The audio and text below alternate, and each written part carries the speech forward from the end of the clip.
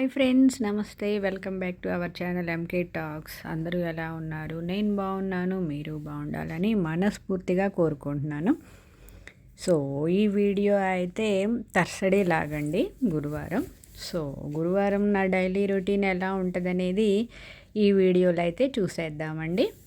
ముందైతే నేను నిద్ర లేయగానే ఫస్ట్ అయితే తలదూకుంటా అండి. నాకు ఎందుకో అట్లా జుట్టు అంతా విరబోసుకొని అట్లా ఉంటే ఏదో వర్క్ ఎక్కువగా ఉన్నప్పుడు తప్పితే లేగానే ఫస్ట్ అయితే హౌస్ క్లీనింగ్ చేసేటప్పుడే కొంచెం పట్టించుకోను, కానీ మిగిలిన టైంలో లేగానే ఫస్ట్ తలదూకొని బ్రష్ చేసుకున్న తర్వాత ఇల్లంతా ఊడ్చేస్తా అండి. ఇల్లు ఊడ్చాక నెక్స్ట్ అయితే ఇంకా బయట ఇంటి ముందు ఉంటుంది కదండి, ఇంటి ముందు కూడా ముగ్గు పెట్టడం కోసం అయితే ఇంటి ముందు కూడా ఊడ్చి మొక్కలకి నీళ్లు పోసి ఆ తర్వాత అయితే మాప్ పెడతా అండి. మాప్ పెట్టిన తర్వాత అయితే మొక్కలకి వాటరింగ్ చేయను. సో ముందు వాటరింగ్ చేసిన తర్వాతే మాప్ పెట్టి ముగ్గు పెట్టిన తర్వాత అప్పుడు ఇంట్లోకి వస్తాను. చూశారు కదా, ఇది మేము ఉండే ఫ్లోరు. సో ఇదిగోండి, వాటర్ పోసి ఆ తర్వాత అయితే మాప్ పెడుతున్నానండి. నెక్స్ట్ ఇంకా ఏదో డైలీ ఇంటి ముందు ముగ్గు అయితే ఖచ్చితంగా వేస్తా అండి. అంటే బియ్యపిండితో నాకు రాకపోయినా చాక్ పీస్తో అయినా సరే ప్రతిరోజు ఆల్మోస్ట్ ఎప్పుడైనా ఒకసారి సండే మిస్ అవుతుంది అంతే. అంటే లేటుగా లేస్తే నాకు ఇష్టం ఇంటి ముందు ముగ్గు ఉంటే చూడ్డానికి కూడా బాగుంటుంది కదండి. అందుకని చెప్పి డైలీ ఇంటి ముందు ముగ్గునైతే వేస్తాను. సో ముగ్గు పెట్టిన వెంటనే ఇంకైతే చూసారు కదా, తడి మీద ఏం కనిపించదు. ఇంకా ఇంట్లోకి వెళ్ళిపోయి వెంటనే ఇల్లంతా మాప్ పెట్టేసుకుంటా అండి. డైలీ మాప్ అయితే పెడతాను. మాప్ పెట్టుకుంటేనే నాకు ఎందుకు నీట్గా ఉన్నట్టు అనిపిస్తుంది. ఎప్పుడైనా ఓపిక లేకపోతే సరే. సో మా బాబు రూమ్ చూశారు కదా, బెడ్షీట్ వాష్ చేద్దామని చెప్పి వేసా అండి. ఇంకా పిల్లలు ఉన్నంతసేపు అలాగే ఉంటుంది కదా, ఇంకా వాళ్ళు వెళ్ళాక అప్పుడు నీట్గా క్లీన్ చేసుకోవాలి. సో మాప్ పెట్టిన తర్వాత వాష్ ఏరియాలు ఉంటాయి కదండి, అవి కూడా వాష్ చేస్తాను. మాప్ పెట్టేటప్పుడే వాష్ బేసిన్ కూడా నీట్గా క్లీన్ చేస్తానండి. సో ఇదిగోండి, మాప్ పెట్టాక చాలా నీట్గా ఉంటుంది కదా, ఎందుకో మైండ్ కూడా చాలా హాయిగా ఉన్నట్టు అనిపిస్తుంది. ఇదిగోండి, ఈరోజు ఇంటి ముందు ముగ్గు అయితే ఈ ముగ్గునైతే వేసాయండి. సో వాష్ ఏరియాస్ క్లీన్ చేసిన వెంటనే స్నానానికి అయితే వెళ్ళిపోతాను.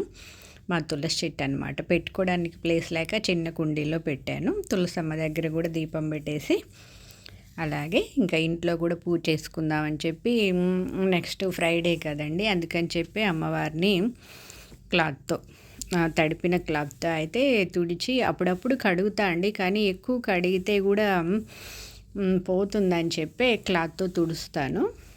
సో గంధం రాసి కుంకుమ బొట్లు పెట్టగానే అమ్మవారు అయితే ఎందుకో చాలా అందంగా కనిపిస్తారండి. ఇదిగోండి, ఇక్కడైతే బొట్లు పెడుతూ ఉన్నాను. అలాగే అమ్మవారి దగ్గర దీపం గురువారం, మంగళవారం, శుక్రవారం అట్లా పెట్టాలనిపించినప్పుడంతా దీపం కూడా పెడతా అండి. కానీ డైలీ అయితే ఏం పెట్టను. అటు ఇటు గ్లాసుల్లో, గాజు గ్లాసుల్లో అయితే వాటర్ వేసేసి మనీ ప్లాంట్ని అయితే ఎప్పుడూ పెట్టేసి ఉంచుతా అండి. ఎలిఫెంట్లు కూడా అటు ఇటు ఉంటాయి.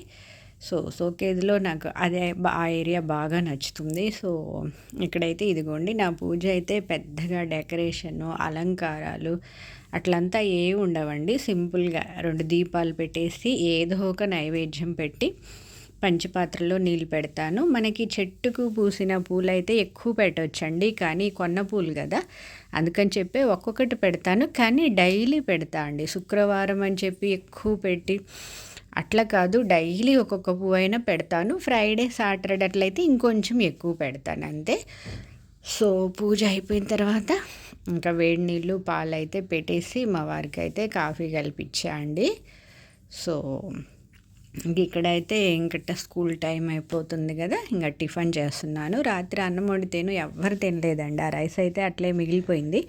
సో దాన్ని అయితే మసాలా రైస్ లాగా కలిపేద్దామని చెప్పి ఇక్కడైతే మసాలా రైస్ని అయితే చేస్తున్నా అండి. అంతే అండి, ఆయిల్ హీట్ అవ్వగానే తాలింపు గింజలు వేసేసుకొని దాంట్లో కట్ చేసిన ఆనియను, పచ్చిమిర్చి, ఉప్పు, పసుపు, కారం, అల్లం వెల్లుల్లి పేస్టు, కరివేపాకు ఇవి వేసేసి ఇవి అయితే కొంచెం వేగాక కట్ చేసుకున్న టమోటా ముక్కల్ని కూడా వేసి అవి కూడా అయితే వేగనివ్వాలండి. అవి కూడా వేగాక కొంచెం ధనియా పౌడరు, జీరా పౌడరు. నేనైతే తాలింపులో 4 మిరియాలు కూడా వేసాను. అంటే దీనికి సైడ్ కర్రీ ఏమి ఉండదు, కొంచెం స్పైసీగా ఉండడం కోసం 4 మిరియాలు, కొంచెం పెప్పర్ పౌడర్ కూడా వేసా అండి. అంతే, చూసారు కదా. ఇక్కడైతే అన్నీ వేగిపోయాయి. ఇంకా అంతే. ఈ లోపలే అన్నం బాగా పొడి పొడిగా చేసి పెట్టేసుకొని ఇందులో కలిపేసుకోవడమే. ధనియా పౌడర్, అంతే అండి. టేస్ట్ అయితే నిజంగా చాలా బాగుంటుంది. కొంచెం నూనెతో పాటు కొంచెం నెయ్యి కూడా వేసుకొని తాలింపు పెట్టుకున్నామంటే రైస్ అనేది సూపర్ ఉంటుంది.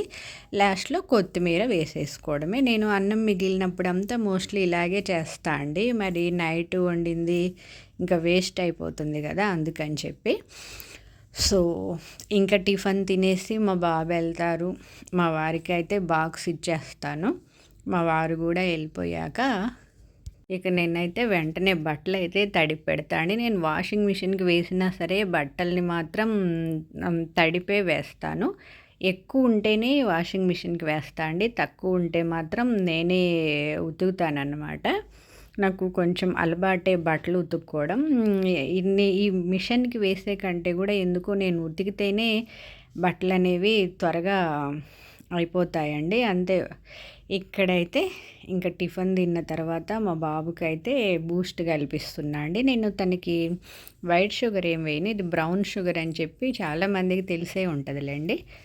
ఆ బ్రౌన్ షుగర్ని వేసి బూస్ట్ వేసి కలిపించా అంటే తాగేస్తాడండి మా బాబు. సో ఇక్కడైతే ఇంకా పెరుగు కోసం పాలన్నీ ఒకేసారి పెట్టనండి, లేట్ అయిపోతుంది అని చెప్పి కొన్ని పాలు తాగడానికి ముందే పెట్టేసి మిగిలిన పాలు తర్వాత నిదానంగా పెడతాను. సో చిక్కుడుకాయలు అయితే ఫ్రై చేద్దాం అని చెప్పి స్టవ్ మీద పెట్టేసి నేనైతే ఇదిగోండి టిఫిన్ తింటున్నాను. సో టిఫిన్ తిన్న తర్వాత ఇక్కడైతే ఈరోజు ఆకుకూర పప్పు చేద్దామని చెప్పి పప్పునైతే నానబెట్టేసి ఉంచాను. పప్పు నానబెట్టేసి సామాన్లు కూడా టిఫిన్ తిన్నవి, పాల గిన్నెలు అవంతా ఉంటాయి కదండి, అవన్నీ కూడా నానబెట్టేసి ఇంకా బట్టల దగ్గరికి అయితే వెళ్ళా అండి. సో కొన్ని బట్టలు అయితే వాషింగ్ మిషన్లో వేశాను, కొన్ని కలర్ పోయాయి. నేను మా వారి షర్ట్లు అవంతా వాషింగ్ మిషన్కి వేయనండి, నేనే వాష్ చేసి గంజి పెట్టేస్తాను. ఇవ్వండి కొన్ని మాత్రమే మిషన్లో వేశాను, కొన్ని అయితే ఉతికేస్తాను. సో అన్నీ మాకు కింద ఆరేసుకోవడానికి ఎక్కడా ప్లేస్ లేదు, అన్నీ డాబా పైకి తీసుకెళ్ళి ఆరేసుకోవడమే అండి. పైనే కాబట్టి బట్టలు అయితే త్వరగానే ఆరిపోతాయి, పైగా ఎండ ఎక్కువగా ఉంటుంది కదండి. సో ఇంకా బట్టలు వేసేసి వచ్చాక ఆ తర్వాత మిగిలిన పనులన్నీ చూసుకుంటా అండి, వంట పనులు అవంతా. సో నేను ఏ రోజు దీపాలని ఆ రోజే క్లీన్ చేస్తాను అండి. నిన్న పెట్టిన దీపాలు తీసి ఈరోజు వేరే పెడతాం కదండి, ఆ దీపాలన్నీ అప్పుడే క్లీన్ చేసేస్తా అండి. అలా ఏ రోజు పని అలాగే ఒక క్లాత్ పెట్టి తుడిచి ఆ జిడ్డు ఉంటే మళ్ళీ అదే దీపాల్లో మళ్ళీ దీపారాయణ చేయడం అవంతా ఎందుకు నాకు అంతగా ఇష్టం ఉండదు. సో ఇలా ఒక పద్ధతి ప్రకారం ఒక టైం ప్రకారం పనులన్నీ చకచకా చేసుకుంటూ వెళ్ళిపోవడమే. చూశారు కదా, బట్టలు అయిపోయినాయి. పైన వేసి వచ్చాక ఇంకా సామాన్లు కడిగే ముందు పప్పే కాబట్టి కుక్కర్ పెట్టేసి ఆ తర్వాత అయితే ఇక్కడ పప్పు ఉడుకుతూ ఉంటుంది, అక్కడ సామాన్లు కడుక్కోవచ్చు. సో 3-4 విజిల్స్ రాగానే స్టవ్ ఆఫ్ చేయొచ్చు. ఇక్కడైతే పాలకూర ఉందండి కొంచెం ఇంట్లో, అందుకని చెప్పి పాలకూర పప్పునైతే చేస్తున్నాను. అంతే అండి, హాఫ్ అన్ అవర్ ముందే పప్పు నానబెట్టేసేసుకొని ఆ తర్వాత ఒక 2-3 టైమ్స్ వాష్ చేసి సరిపడినంత వాటర్ తీసుకొని దాంట్లో నీట్గా క్లీన్ చేసి పెట్టుకున్న పాలకూర, అలాగే ఒక 3 టమోటాలు, ఒక ఆనియను, 2 పచ్చిమిర్చి, కొంచెం పసుపు, కారం, చింతపండు వేసేసి ఒక 4 విజిల్స్ రానిచ్చామంటే పప్పు అనేది రెడీ అయిపోతుంది. ఇంకా తర్వాత దాన్ని తాలింపు పెట్టేసుకోవడమే. సో చూశారు కదా, అంత వంట పని అంతా అయిపోయాక నేనైతే ఆ స్టవ్ గట్టు మొత్తం నీట్గా క్లీన్ చేసేస్తా అండి. పప్పు చిక్కుడుగాయ ఇప్పుడు, అలాగే అంతకుముందు రోజే గోంగూర పచ్చడి చేసా, అది కూడా ఉంది.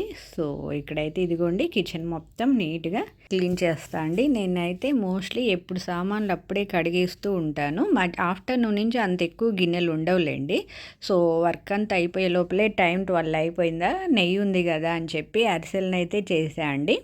పెద్దగా కొలతలు ఏమీ పెట్టలేదు, ఉజ్జాయింపుగా చేశాను. సో నేను అరిసెలను ఎలా చేశాను, నేతి అరిసెలు ఎలా వచ్చాయి, టేస్ట్ ఎలా ఉంటుంది అనేది నెక్స్ట్ వీడియోలో అయితే చెప్తా అండి.